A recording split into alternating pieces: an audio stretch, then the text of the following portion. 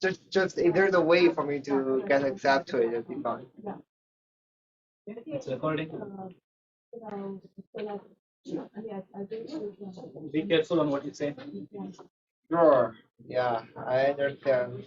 Also, like, I need to share this with Zephyr, so yeah. If I have more like reasons to blast me for what I said.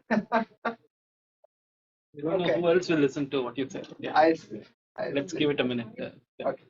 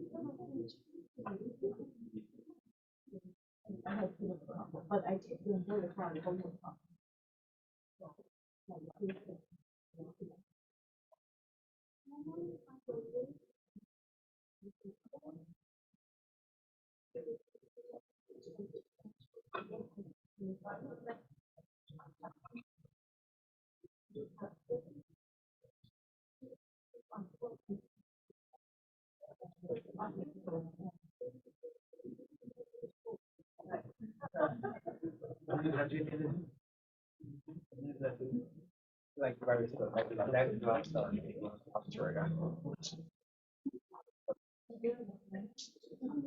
let's start. Today we're very happy to have Chen tell us who's going to be graduating next year. Yeah, Tell us about a survey talk on multi-arm bandits and streaming models. Okay, thank Karthik for the introduction. So, in this talk, I'll be talking about the streaming multi-arm bandits, which is pretty much a new model, and there's a lot of interesting problems there. So one of the purpose is to advertise the model and maybe to steer some interest from you to also work on some problems therein, and also to show some like interesting results under the model.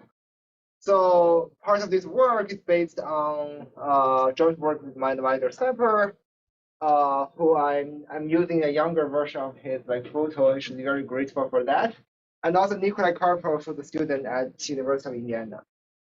Okay. So to get started, let's first talk about what is bandits, which is not actually a robbery or something. It's like if you go to a casino, so you probably met something like this before. So you're giving NRs with unknown rewards, and think of these are like Bernoulli distributions. Okay, they're parameterized by the Bernoulli of the mu(i) parameters from 1 to n. And in general, actually, all the results in this talk will apply to some Gaussian distributions, but for this talk, just think of the Bernoulli. Okay. So we will not have access to the mu(i) parameters. So what we can do is we can do sample. We can pull the arm and to estimate its actual parameter. So I'm going to say like some terminology and parameter that I'm going to use throughout the talk. The first thing on the talk is the best arm. Okay, like I also denoted arm star. So this is the arm with the highest mean reward mu star. Like for instance, I give you a 5-arm instance. Let's say the middle arm I get a crown is the arm with the highest mean reward. Okay, then I just say mu star is mean reward. And then I also define this optimality gap delta I as the gap between mu star and the mean reward of the i's best arm. Okay. Here, what does it mean? So, giving you another example, this is the silver crown. The other two define the Bernoulli mean with this best arm and this silver crown, the second best arm. Okay. So far, any questions? This is what I'm doing. Yes. So does it matter exactly how so I'm not familiar with the casino. So does it matter how this actually operates, or just the point is that there is some reward and there is a distribution of reward? There is doesn't matter on what ordering you said, or no. Does it actually matter like what the actual? Oh no, yeah. Okay, good. Point is only the distribution. So for the problem we're going to deal with in this talk, we're just going to deal with the mean reward, the expectation. Okay. So I'll define the problem for you. So and also before I talk about the concrete problem, let's first see, like, even without defining the problem, this model has a lot of applications. Arms are like abstract objects, but in Amazon, the online retailing, you can view each item as an arm, and the transactions and reviews can be arm pulls. And also in clinical trial, maybe like we have vaccine, we have drugs. So each of them can be viewed as arm. You like inject it or test it on subjects, maybe human or animal, and you record the outcome. And this is also like a noisy, like if you pull it, it becomes give you a reward stochastically. Also, I want to mention this in the gaming AI. So each action here is actually an arm, okay? Because if you take the action, the environment is stochastic, maybe it gives you something good if it's not bad. So by the way, this game is very old one, StarCraft, if you know it. I used to play a lot when I was in high school, and my sample gives me that if you play enough StarCraft in high school, you end up researching on Mortal Bandits. So anyways, so now let me define the concrete problem for you. The first problem we are interested in what we call pure exploration. Yeah, you should have a lot of arms and outputs. So you want to find the best arm defined as the arm with the highest mean reward. That's a question like but we just want to find with the highest mean reward. Okay. So you're going to do it with a high enough probability, maybe on a high constant probability. I want to minimize the number of outputs. I define some. So for this problem, it is well studied in the literature, honestly. So it's like, it is like 2-decade-old paper. So this median elimination algorithm already gives you a way to find the best arm with 99/100 probability and order of n over delta 2 square arms. If you still remember, delta 2 is the gap, mean gap between the best and second best. You can also improve on this. This is in 13.ml and also in parallel in code 14. They give an algorithm with roughly the summation of 1 over delta I square. So if you compare these two terms are comparable when delta, let's say delta n is around delta 2, then they're almost the same. Okay, but they can be different. This is like what I call instant sensitive or near instant optimal. So also, we know that in the offline setting, this summation of 1 over delta I squared pulls are necessary to find best arm with a high constant. So you don't have to worry about what are these algorithms. I'll walk you through the necessary things like this. Good. So another problem we are interested in is what we call regret minimization. So suppose you pull each arm at some step t, and then we can define regret RT as the mean reward gap between the best arm and the pulled arm at t step. Okay. So now we can in this problem we're given big T total arm pulls in advance. This is number, and we want to minimize the total regret after we do all the arm pulls. Okay. So for this problem, we also know in the classical setting, these are like very old papers, the Fox 95 paper. So like this root NT is achievable and necessary. So far the story is about offline bandits. So any questions? Back up to definition. Right. Right.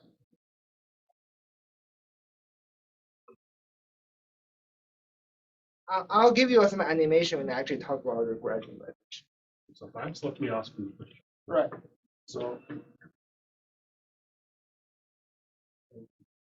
imagine that like so I have this I don't know capital P arm bandits, and like each of them has his own distribution. As what? Has its own distribution. Right. Yeah. So for example, like the first bandit actually it's probably the 1 over n. It actually gives you like reward n squared.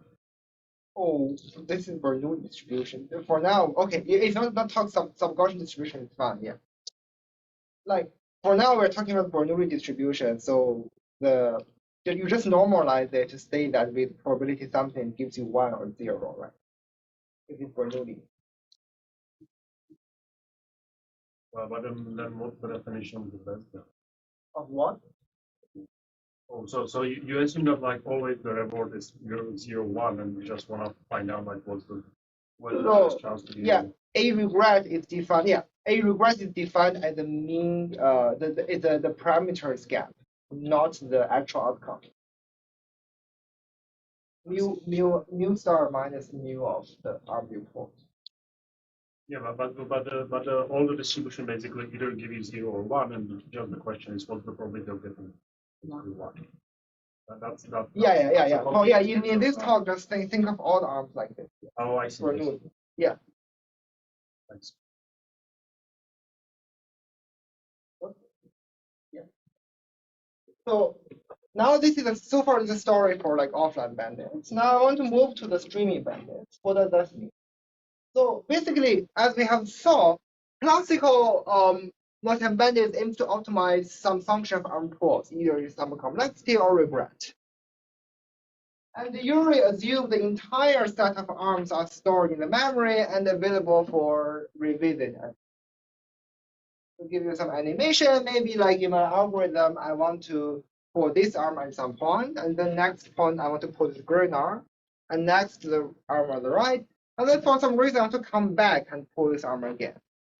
This assumes all the arms are here. I can pull them.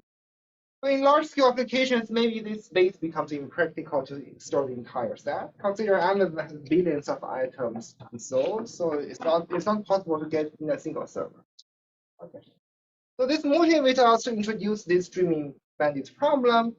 So now, instead of getting some arms just stored for you, I'm getting a stream of arms. It arrives on the fly. The algorithm on the fly reads arms to the memory. Okay. You have a memory of arms. Think of arms as objects, basically. And the algorithm can pull the arriving arm and decide to store it or to discard it. Okay. The algorithm can also pull any arm in the memory to make comparisons if necessary. And they can also discard the stored arm in the memory to free up space to accommodate more arms. Good? Okay. So and also for each arriving arm, you can hold it there to pull it for whatever times you want. Okay. But if an arm is not stored or discarded, so it cannot be retrieved anytime in this anymore in this path. Like in a single path setting, it is just lost forever. In the multi-path setting, it is not going to be available until the next. By storing an arm, you mean once you store, you can pull it? Yes, you can pull it as an object. So I will show you some animations basically to explain. Like literally taking something. Yeah, like here, I'm telling you here, yeah. So this is a stream. So now my stream is this is the head. Okay, like it may get changed to like the left side becomes the head in some other slide. But for this example, this is the head of stream, and the order is like this is the first, this is last. Okay. Now your algorithm reads the first arm. You pull this arm one. This will increase some type of complexity or incur regret. Okay. For whatever times then you decide maybe to store it, then you push a button to store it. It is now in your memory. Okay, now the second arm comes, you also pull this arm, you increase the complexity or incur regret. Also, you can also pull this guy here. It's already stored in your memory. It's available to you. Good. And then you also store it, maybe just for example. And the third arm, you pull it to increase the complexity or do regret. And then you can also compare with the arms here. And then maybe you decide, oh, I don't want to store it. Okay, then it's lost for this pass. Okay. Basically, the arms that are available to you are the arriving arm now, and the past arm that is now available in your memory. Everything else are unavailable. So we continue until the end of stream. Let's like for this example, just assume a single pass. Then what you have, you only have after you read your last arm in the stream, you only have your memory now. So for pure exploration, you want to output the best arm, so you can only output one arm from your memory. Okay. And for regression minimization, you need to maybe you have still have left over for your trials, and then you only can conduct your trials from the arms in your memory. Okay. So in some sense, you really want to keep the good arm in your memory because Yeah, in the hope to like output it or like commit to the rest of trials to it. Or, but if you fail to do that, then maybe you are really good.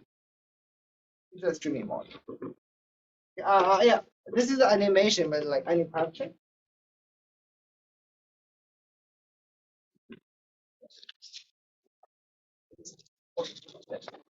So this is clear. Then the first, okay, good. Sorry. I also define the memory complexity as the maximum number of arms we maintain at any point. Basically, how many arms you're maintaining at any point. Okay. I note that, so here I only charge the cost for storing the objects called arms. I do not care of the memory used for the piece of statistics.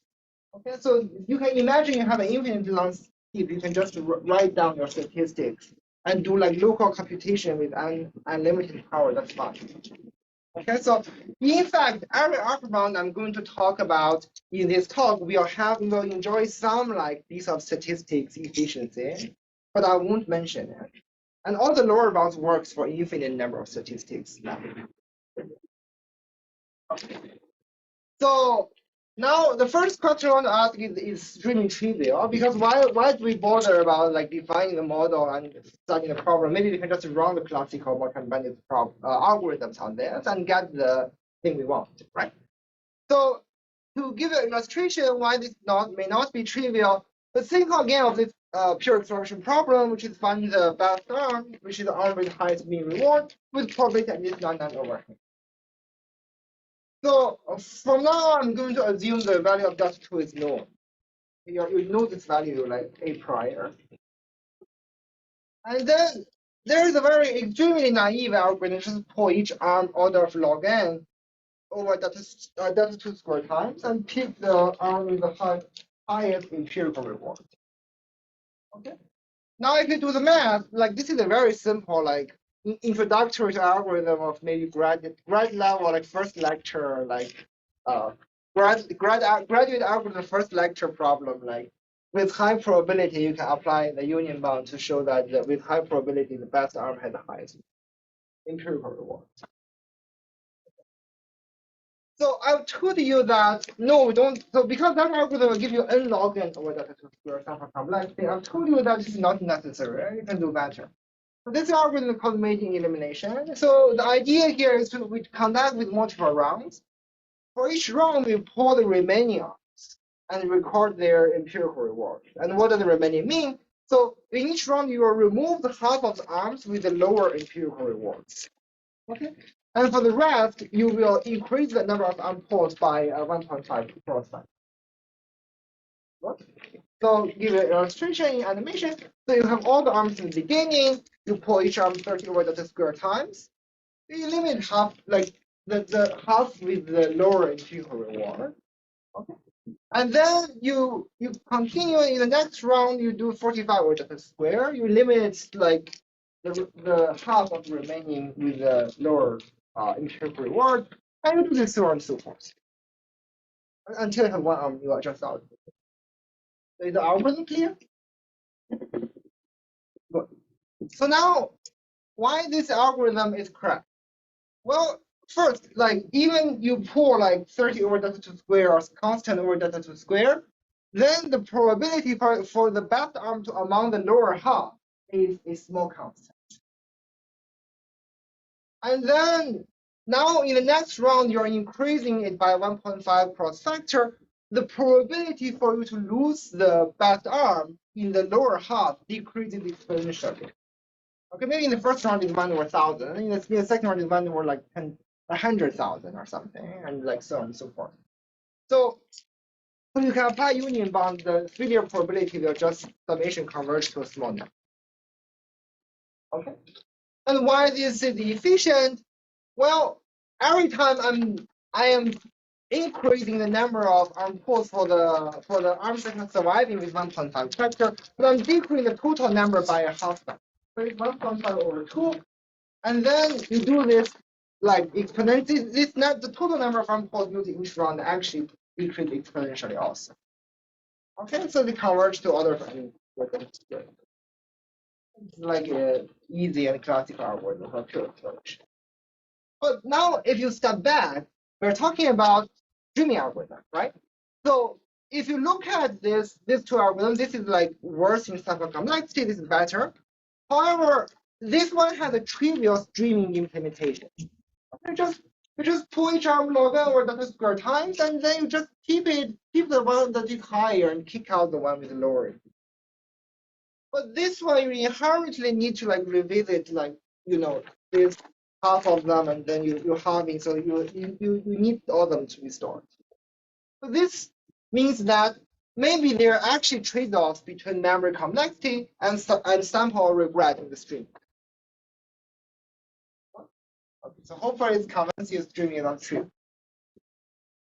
So now for the rest talk, I'm going to talk about pure exploration first, which we shall take off the majority of the results and briefly talk about regret minimization also. So for pure exploration, I'll first give you this like optimal streaming pure exploration with one arm memory. Okay. Basically, the main result we show in our stock paper a few years back is that assuming we know data 2, we can actually find the best arm with 99/100 probability with the order of n over data square. This is the worst case optimal sample complexity and the single arm space complexity. Single means like the except the arriving arm. So you have like you can think of the 2 arm also because one second. I think I'll mark it here. So I'm not charting the arriving arm, right? This is the arriving. And single arm memory, like I have like, I maintain a single arm memory. Okay. So this is also the same as we need to output the best arm itself. I'm going to talk about this algorithm first. Yeah, good. Animation. Sorry, I didn't understand that last line. When you said same memory as we need, what? So you need a single extra arm space to output an arm. Say that again. You need you need to maintain at least an arm space to output an arm from the stream in the stream, basically. And so when I say space optimal, basically, yeah, you can hope to do it better. Okay, so nice animation again. So I'm going to introduce some terminology in this algorithm. So we throughout the stream we only maintain one stored arm in the memory, so I'll call it the king. So we'll define some what we call king challenge rule. Like there will be some other arms come to challenge the king with some rules, and then if the king is declared defeated, then we will replace with the challenger. This is the high level, and this is a single pass algorithm, so the king is just lost forever. Just some animation. The first arm will trivially become the king. We have not stored anything. And come the challenger, maybe challenger is defeated, we just discard it. And another challenger comes, let's say it's best arm, we want it to win, so we discard the king, make the new king. Note that here you still have to withhold the challenge from everyone else later in the stream. Okay. So now the high level idea, so basically we want to take care of 3 things. One is when arm star, the best arm comes, you can actually defeat the king and become the new king. Okay, this is what I call soundness. And also, if after it becomes king, it has to withhold the challenge from the rest of the arms in the stream. I call it completeness.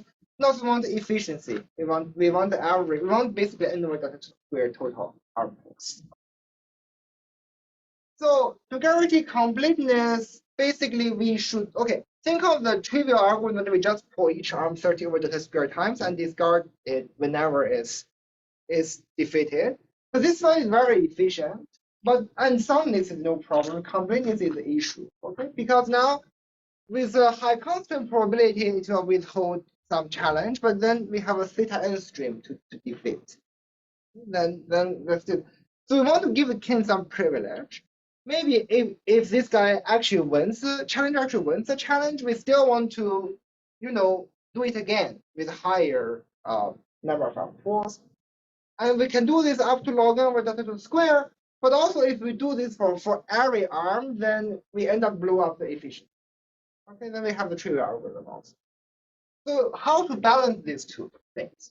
So we want to guarantee, so only a few arms have this privilege. So the idea to balance these two things is what we use the budget.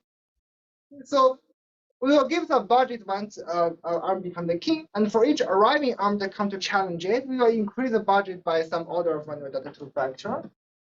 Okay, that's square factor. And for some arm pools, I will charge the budget. Okay, so concretely, let's say like just give you the number. For each arriving arm, I'm giving king a budget of 60 or delta 2 square.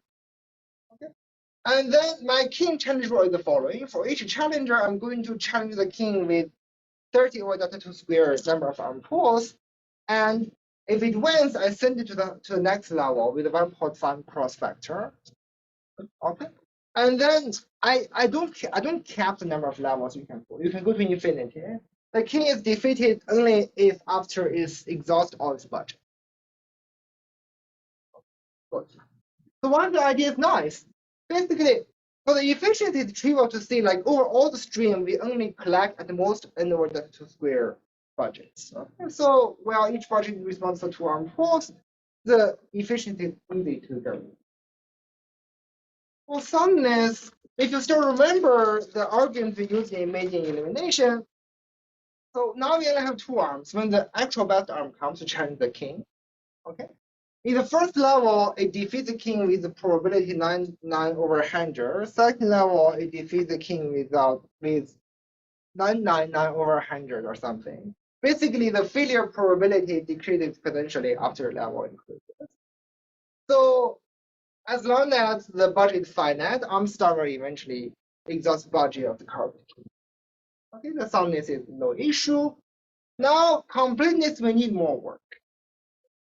So we let's just consider the most adversarial setting where armstar becomes the king first. So it has to do the theta n stream, withhold the challenge from theta n stream. So we can see that the expected number of pools is actually order of 1 over delta 2 square at each step. But this is not enough, right? Because you want it to never exhaust in the theta n stream. So yeah, if it never goes to 0, it's good. So if it ever goes to 0, even if it goes back again, it doesn't help. Okay, you already discard here. So, but let's see why this probably won't happen. So if I frame the challenging rule as a random walk, it will function in the following way.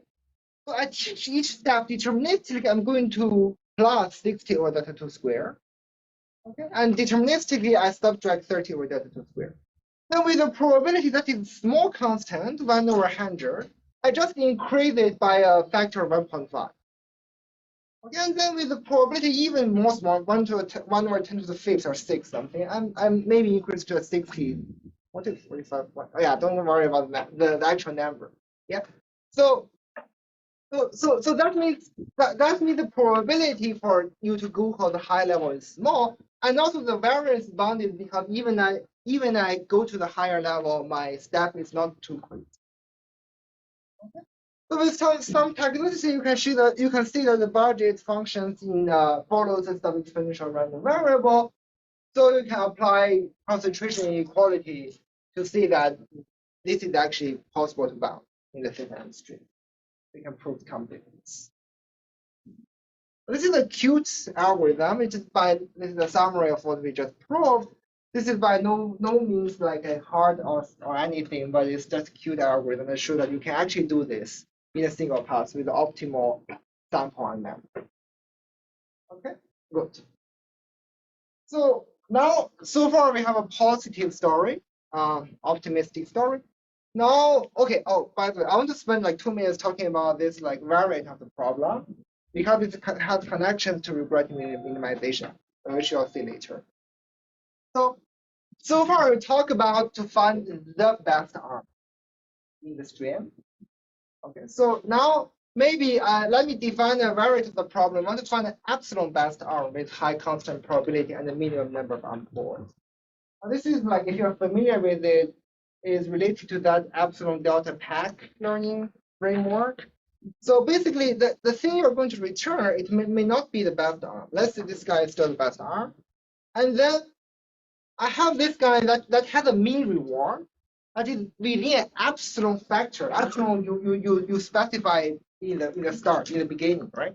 And then you can return this guy also. Okay, this is also a valid candidate. And also, if the rightmost arm has this small reward gap, you can also return it. So the only thing you cannot do is maybe, yeah, sure, this guy is too low. It's not even. It's the epsilon best thing.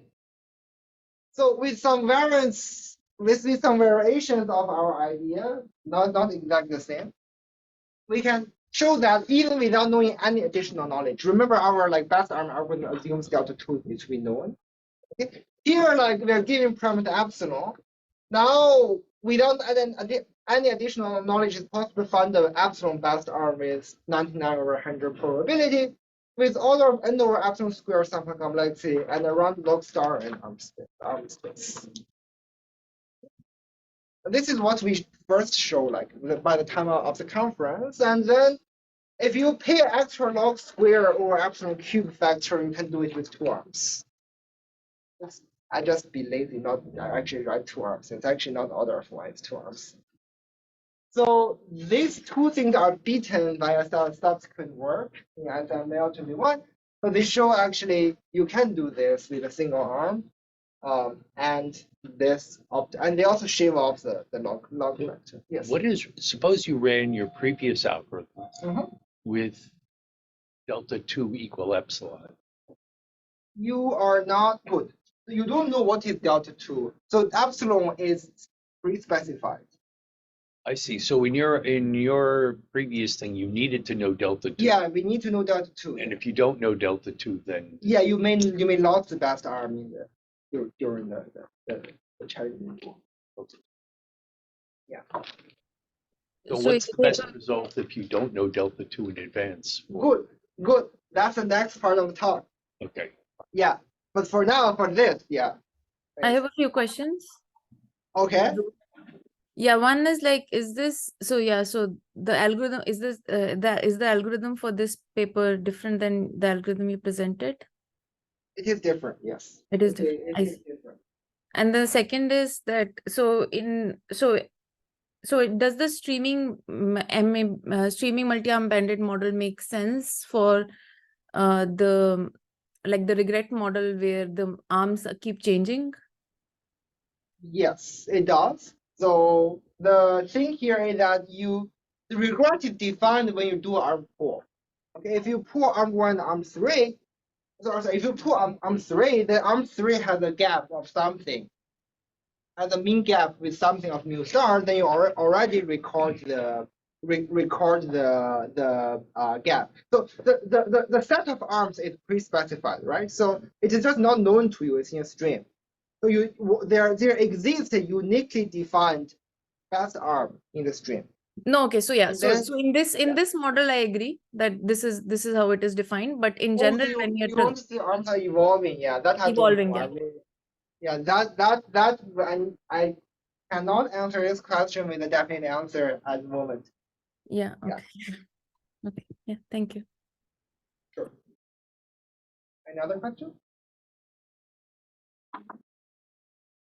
Okay, good. So, okay, thanks, Mike, for helping me motivating the next part of the talk. So what if we don't know the other 2? Good.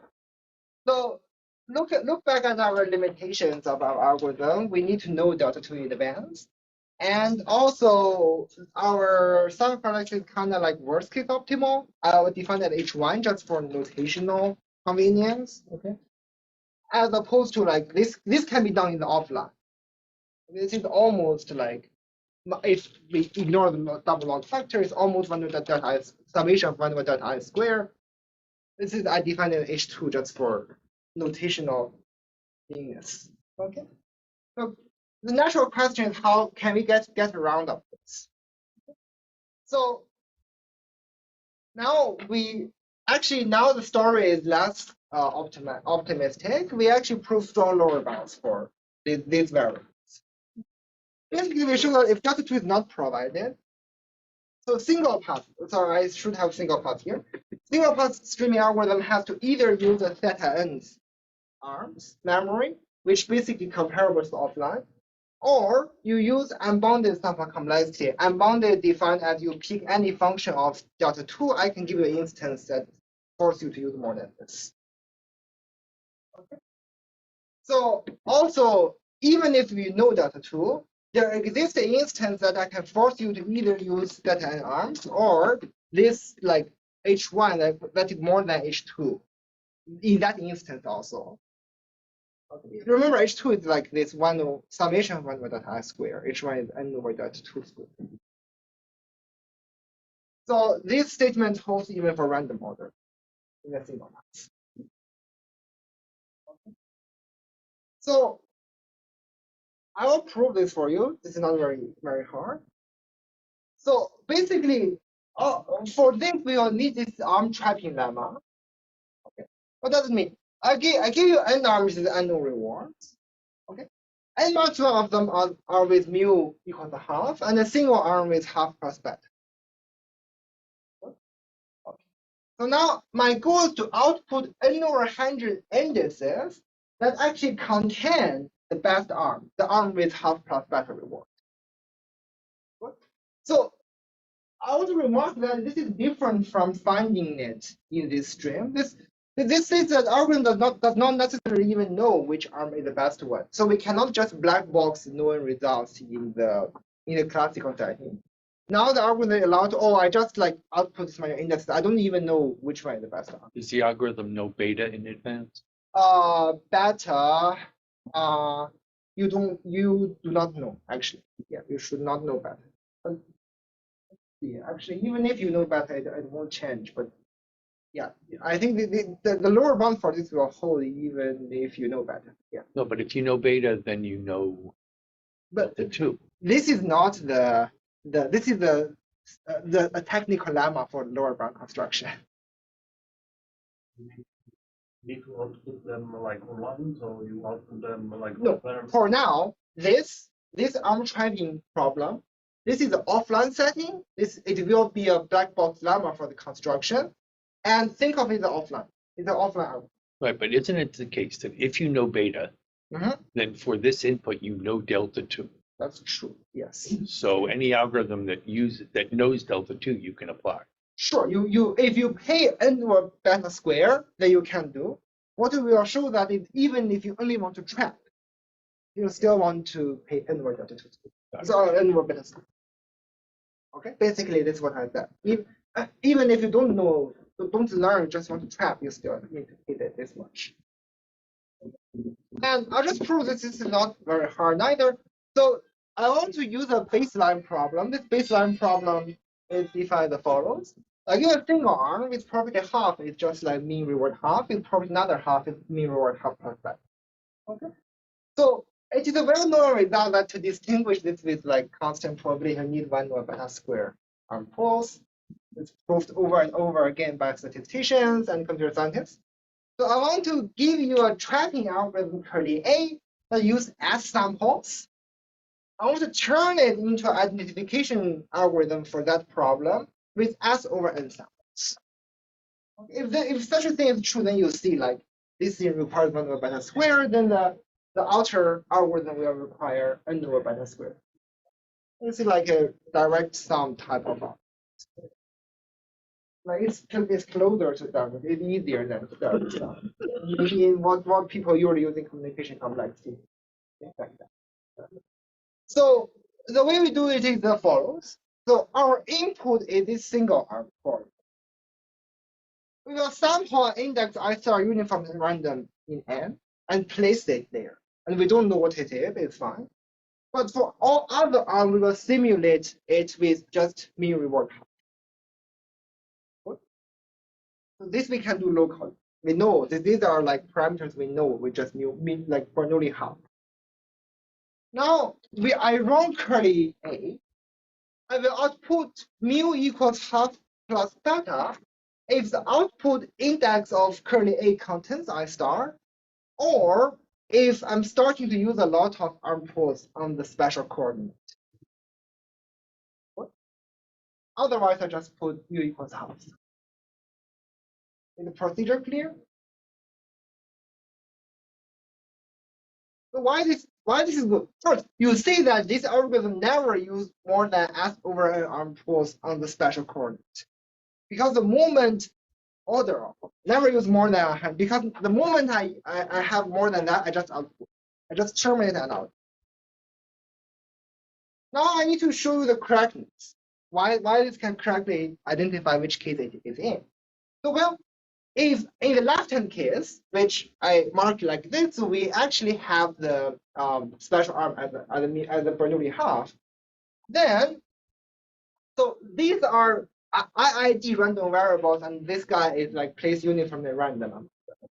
So you roughly use the same stuff complexity in each arming, like actually exactly the same in expectation. So then you can apply a Markov bound and show that the probability for you to use a lot of arm pools just for this is very low. And also they have an n over 100 memory. And these are like all IID like random variables, like permuted uniform random. So the probability for trapping is around the 1 over 100.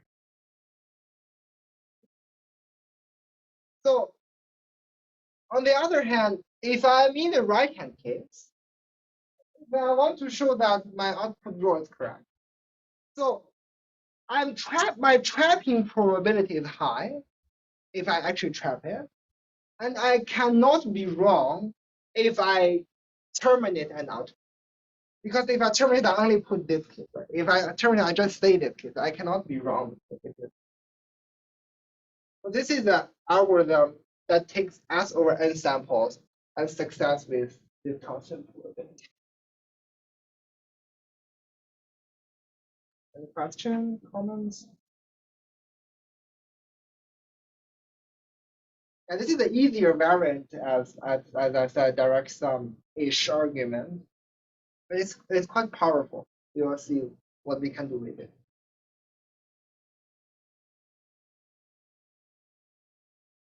Okay, with no questions, let me continue this to prove very easily for a single pass or a bounce. So yeah, as Mike said, if you know delta 2, you can actually do this. You can actually identify this guy. But now I'm saying you don't know delta 2. You know delta 2 is a random variable. So in these two instances, this is yes and this is no, with probably half each. Okay. In these two, the delta 2s are different. In the top case, delta 2 is like 1/4 minus beta. Okay, it's roughly constant. In the bottom case, delta 2 is beta. That's why delta 2 is so important. If you don't know it, you may get really messed up. And also here, I'm changing the head of the stream, and the order is this is the first, the right hand, the left. So now let's say upon till this part of the stream, I've already read like theta n part of the stream. Okay, and then I have a question that I actually haven't even seen like what is happening after, and I cannot, right? So now look at this point. Do I want to store this arm in my memory? That's the question I want to ask. Now, using the top case, you should actually forgo it and only focus on the last arm. In the bottom case, you should actually store it, because otherwise, how would you output it in the end? Okay. But now we can do the arm trapping lemma. So let's say, if you commit to this case, which means you don't store it, then your success probability cannot be high, because with probability half, you will have like bottom. Otherwise, if you commit to the top, then it's where we apply the lemma I just showed you.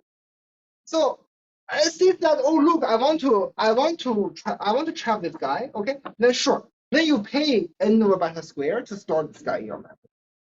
And then it turns out, oh look, I have my delta 2 is a constant, so I can just make it v more than n over delta 2. I can pick beta small. Basically, this delta, think of delta 2 is like 1/4 minus some small number, maybe 1 over 6 or something. And then I pick any delta function of delta 2 for you. I can give you like you can give me like a pick beta smaller than that function. Okay. So yeah, and then for random order, you only need to make sure this like last undecided arm comes in the later part of stream, and then this guy comes in the first part of stream.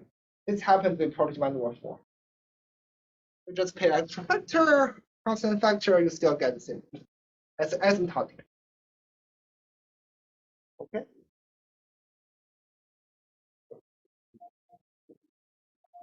Good. So yeah, this is basically a single path proof I want to show you.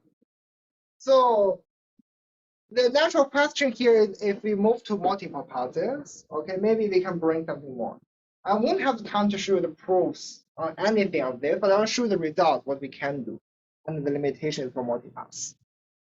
So in the same paper on ICML, they actually show that in multipaths, if you allow log of 1 over delta 2 paths, I can give you order of H2 sample complexity. That summation, just as a reminder, this is a summation of 1 over delta I square and a single arm map. Okay, this is the weight log of the 1 over delta 2 paths. And in a recent manuscript with Sapper, so we proved that this is almost optimal. Basically, if you want to use this n over delta 2 square sample complexity for any C, then if you have like n over poly 1 over delta 2 memory, then you have to use this many passes.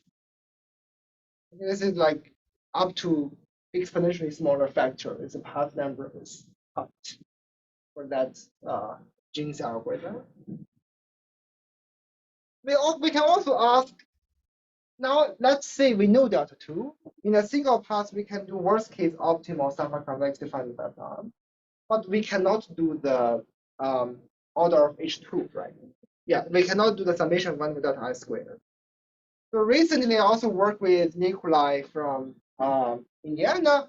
We showed that sure, if we know delta 2, then we can actually beat the log of 1 over delta I squared. Basically, with log n passes, we can do this 1 over delta I squared plus times the log n factor.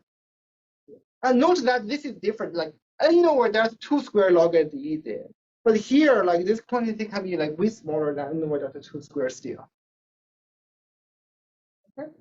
And also we show that this is almost tight in the sense that for any of this polylog n, summation of 1 over delta I square polylog n, and with n over polylog n our memory, we have to use almost log.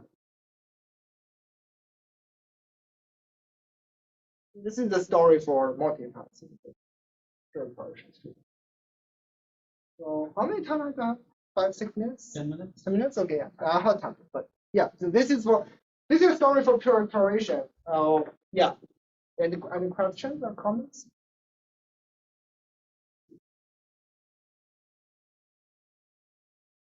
So what are the open problems? Good. So to shave off this like doubly logarithmic factor will be interesting.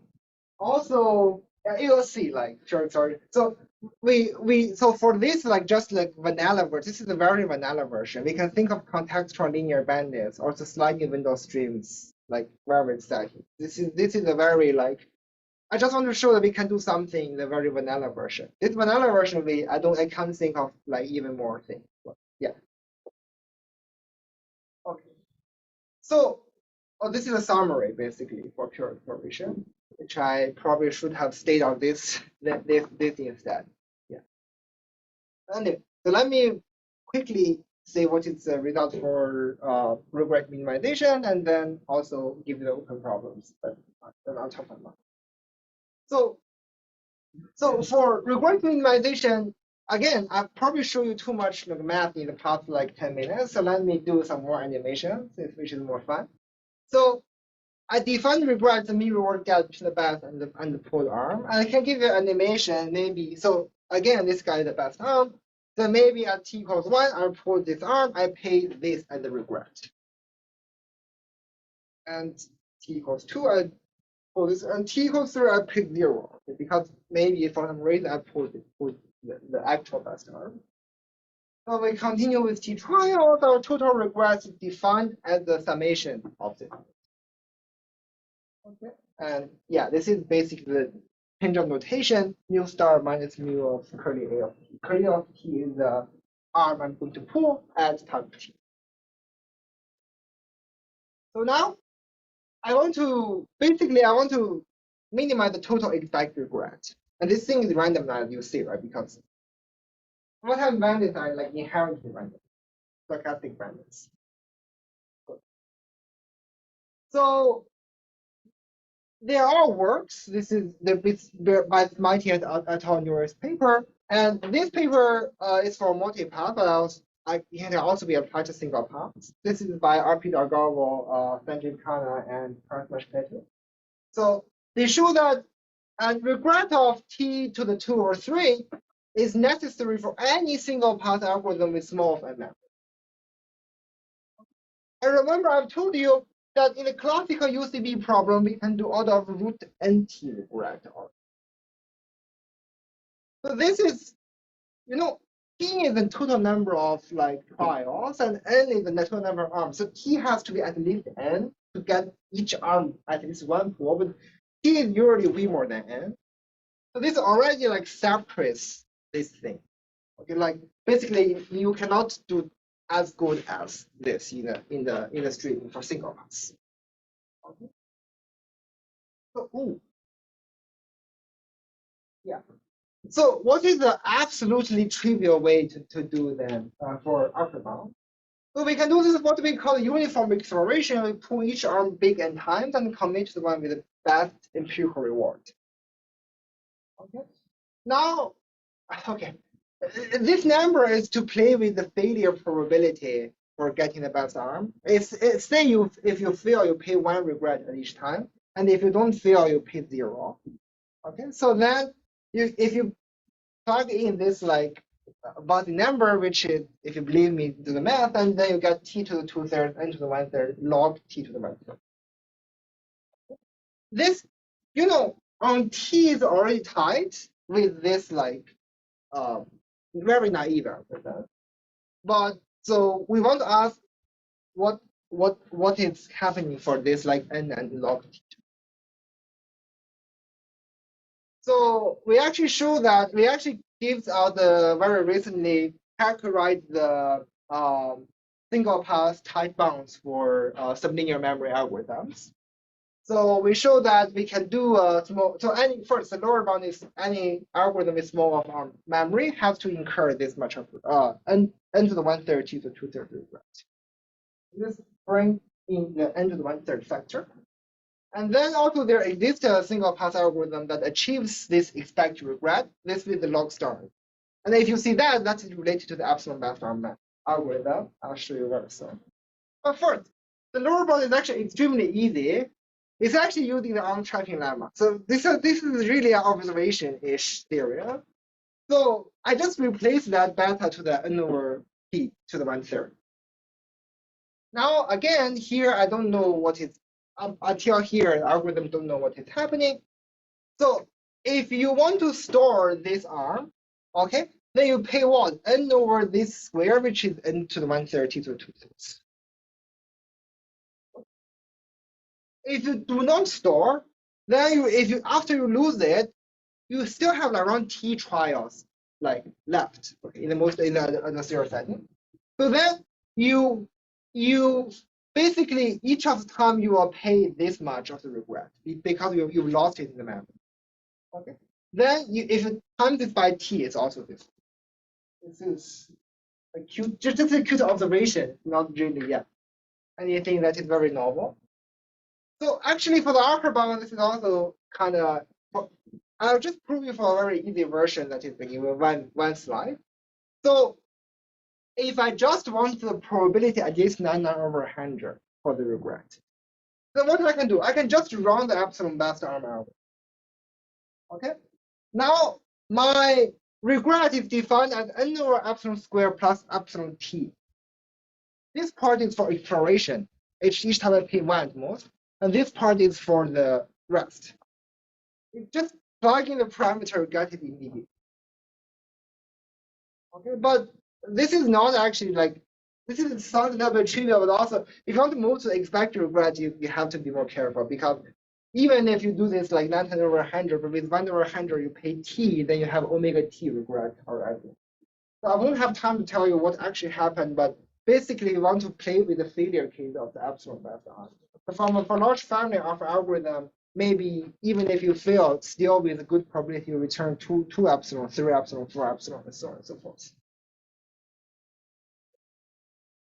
So this is some experiment, basically for 50K uniform and random arms. So this is a baseline for uniform exploration. And I think I forgot, this is naive algorithm. I forgot what it is, but the 4 columns on the right are the absolute best arm implementations. And the Y column is a regret.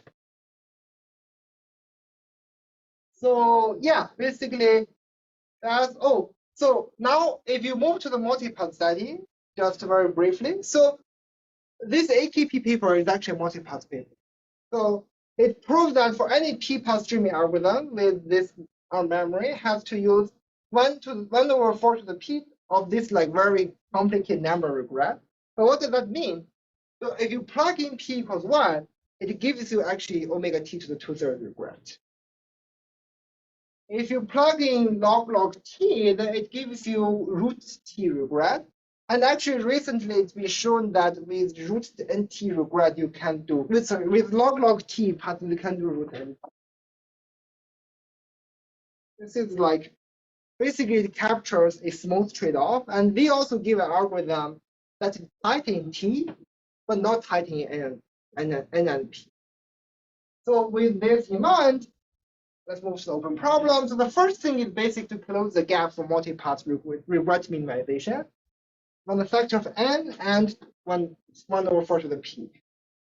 Okay, and also we can. So as I said, more-time bandits are really the most vanilla setting. We can ask for linear bandits, contextual bandits. Okay. We can also see in the variant of this streaming model, maybe we have sliding window model that, let's say in Google application, why do we care about the things that like happened 10 years ago, right? We probably only care about this year's like bandits, right? And also the last bullet is what I'm pretty like interested, like there's a line of work with learning with advice. So let's say maybe I have an oracle that probabilistically give me like if 2 arms, whichever is better, then maybe we can get around of a lot of lower bounds we had in the streaming set. And with that, I want to close. I thank you for attention. Any questions?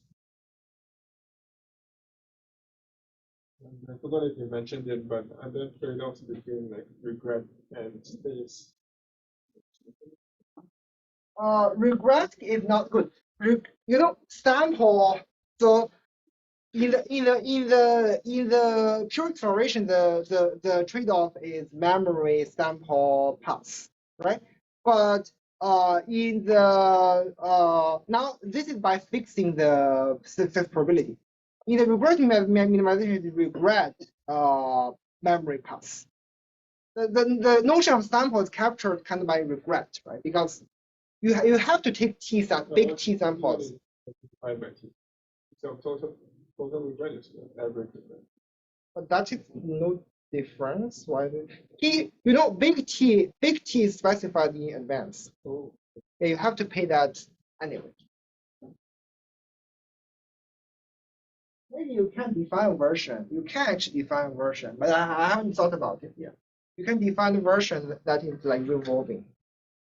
Okay, and then you want to say, but then like when T, then when T is bigger, then maybe like you pay enough, then you like when T goes to infinity, basically it reduces to the pure exploration, you find the best arm, then you just commit. Another question? And the speaker again.